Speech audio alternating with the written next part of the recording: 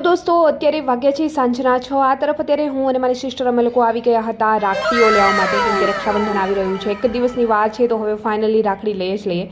તો અહીંયા સ્ટોલ પર આવી ગયા હતા। આ સ્ટોલ બહુ જ વધારે મોટો છે અને અહીંયા ભીડ પણ તમે જોઈ શકો છો। છેલ્લા દિવસોમાં ભીડ બધી જગ્યાએ એટલી જોવા મળતી હોય છે। એક પછી એક રાખડીઓ જોઈ અને મેં છે સિલેક્ટ કરવા લાગી કે કઈ સારી છે, અને ખાસ કરીને મારા જ હાથમાં લગાવી અને મેં જોવા લાગી કે કઈ સારી લાગે છે। મારા હાથમાં સારી લાગશે તો મારા ભાઈના હાથમાં પણ સારી લાગશે। ખાસ કરીને રાખડી તો છે તમે એક દોરો બાંધો તો પણ આવી જતો હોય છે, પણ કોઈ પણ બેન છે એમના ભાઈ માટે રાખડી સિલેક્ટ કરશે ને તો 10 વાર જોશે અને 1000 રાખડી જોઈને એક રાખડી સિલેક્ટ કરશે એમના ભાઈ માટે।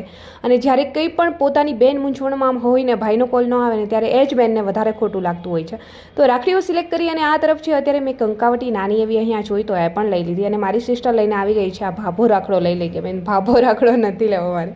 અને આ તરફ છે અત્યારે ચલો નાની એવી બેગમાં અમે અમારી રાખડીઓ લઈ અને નીકળી ગયા, અને પેટમાં બોલી રહ્યા હતા ચૂહા, તો અમે અહીંયાથી આવી ગયા છીએ ફટાફટ નાસ્તો કરવા માટે।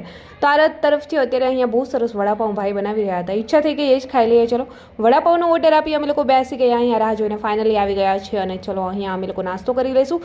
નાસ્તો કરી આ તરફ અમે લોકો બી થઈ ગયા રિટર્ન। આઈ હોપ કે આજનો મિની બ્લોગ બી તમને પસંદ આવ્યો હશે। જલ્દી મળીશું ન્યૂ મિની બ્લોગ સાથે, ત્યાં સુધી બધાને બાય।